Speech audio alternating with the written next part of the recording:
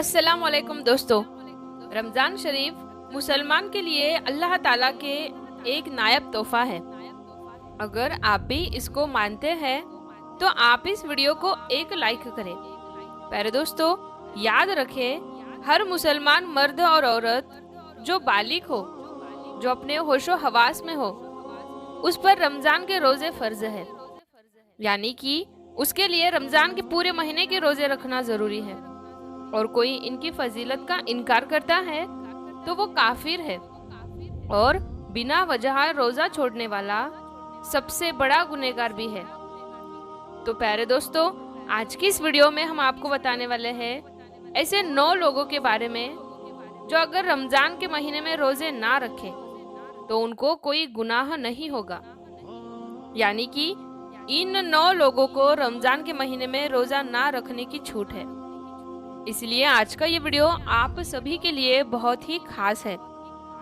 अगर आप इन 9 लोगों के बारे में जानना चाहते हो तो हमारी इस वीडियो को आखिर तक जरूर देखें और मेहरबानी करके इस वीडियो को सवाब की नीयत से शेयर भी कर दें ताकि रमजान में हर एक मुसलमान के पास ये वीडियो पहुंच जाए। तो नंबर 9, नाबालिग बच्चा। प्यारे दोस्तों, जैसा कि आप सभी को मालूम है कि रोजा हर उस इंसान पर फर्ज है जो बालिग हो और अपने होशो हवास में हो। इसका मतलब यह है कि रोजा नाबालिग पर फर्ज नहीं है। अगर कोई नाबालिग बच्चा रोजा ना रखे तो उसको कोई गुनाह नहीं होगा, यानी कि उसको रोजा ना रखने की छूट है। लेकिन कोई बच्चा अपने 10 साल की उम्र को पहुंच जाए और उसमें रोजा रखने की ताकत आ जाए तो उसको चाहिए कि वो रोजा रखना शुरू कर दे। नंबर 8, जिसकी जान जाने का खतरा हो। दोस्तों, अगर कोई शख्स किसी के पास अपने हाथ में तलवार लेकर आ जाए और कहने लग जाए कि तुमने रोजा रखा तो मैं तुम्हारी गर्दन उड़ा दूंगा या फिर मैं तुम्हें मार दूंगा, इस तरह से अगर किसी की जान का खतरा आ जाए तो ऐसी सूरत में इंसान रोजा छोड़ सकता है। यानी कि जब ऐसी सूरत पैदा हो जाए तो अब उसके लिए रोजा ना रखना जायज है। लेकिन इस वजह से उसके जो रोजे छूट रहे हैं उसको चाहिए कि वो रोजे छोड़े हुए रोजों को बाद में कज़ा कर ले।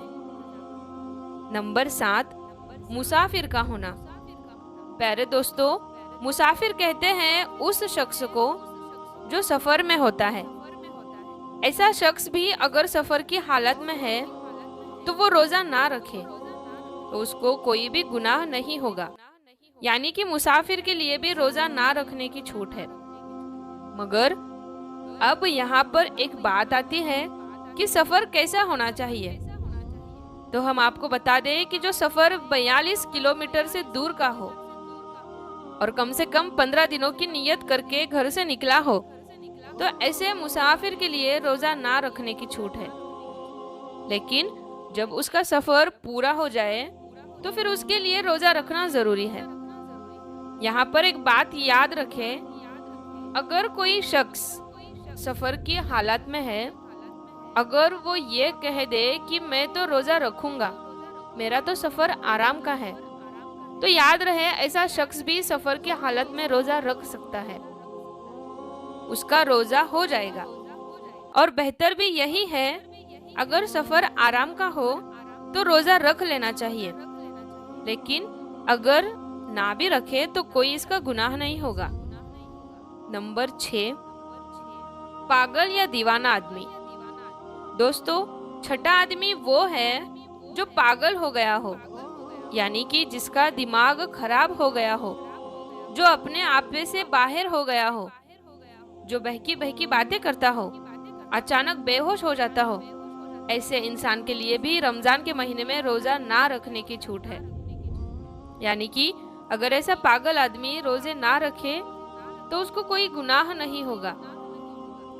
मगर ऐसे इंसान को भी चाहिए कि अगर बाद में उसका दिमाग जब ठीक हो जाए, जब वो तंदुरुस्त हो जाए, तो छोड़े हुए रोजों को कज़ा करे।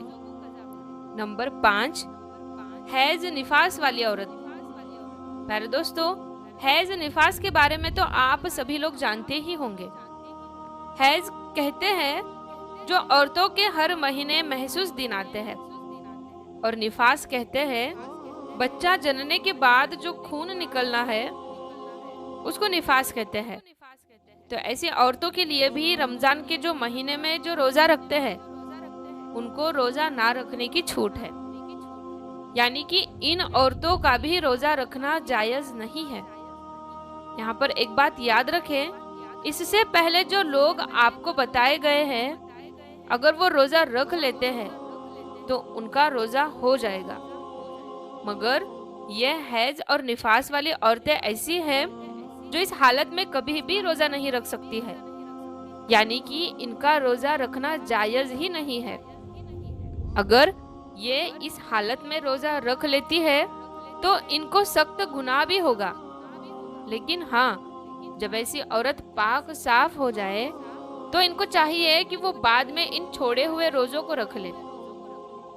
नंबर 4, प्यारे दोस्तों, चौथा शख्स वो है जो अपने बुढ़ापे की वजह से अपनी उम्र के आखिरी पड़ाव में पहुंच गया है, यानी कि अपनी उम्र के बुढ़ापे में पहुंच गया हो। अगर कोई शख्स इतना ज्यादा बूढ़ा हो गया कि वो अपने बुढ़ापे की वजह से अपनी जगह से उठ नहीं सकता और वो बैठ भी नहीं सकता, अगर कोई शख्स अपने बुढ़ापे की वजह से इतना ज्यादा कमजोर हो चुका है कि उसमें रोजा रखने की बिल्कुल भी ताकत ना बची हो, तो ऐसा शख्स भी अगर रमजान के महीने में रोजा ना रखेगा तो उसको कोई गुनाह नहीं होगा, यानी कि ऐसे बूढ़े शख्स के लिए भी रोजा छोड़ देना जायज है। मगर याद रखें, ऐसे बूढ़े शख्स के लिए भी फिदिया का मसला आता है, तो उसको चाहिए कि वो अपना फिदिया अदा करे, यानी किसी गरीब मिस्किन को 2 वक्त का भरपेट खाना खिलाए। नंबर 3, दूध पिलाने वाली औरत। दोस्तों, हम आपको बता दें कि ये दूध पिलाने वाली औरतें पहले हुआ करती थी, जिनको दाई कहा जाता है। तो ये किसी के बच्चे को पैसों के लिए अपने साथ ले जाती थी और 2 से 2.5 साल तक दूसरे के बच्चों को अपना दूध पिलाती थी, यानी कि वो दूध पिलाने की ठेकेदारी लेती थी। ऐसी औरतों के लिए भी रमजान के महीने में रोजे ना रखने की छूट है, जो बच्चों को दूध पिलाती है।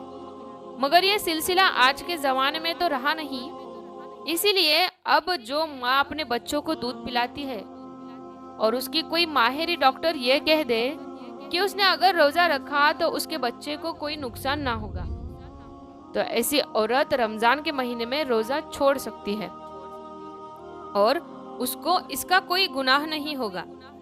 लेकिन ऐसी औरतों को भी चाहिए कि वो बाद में अपने छोड़े हुए रोजों को कज़ा कर ले।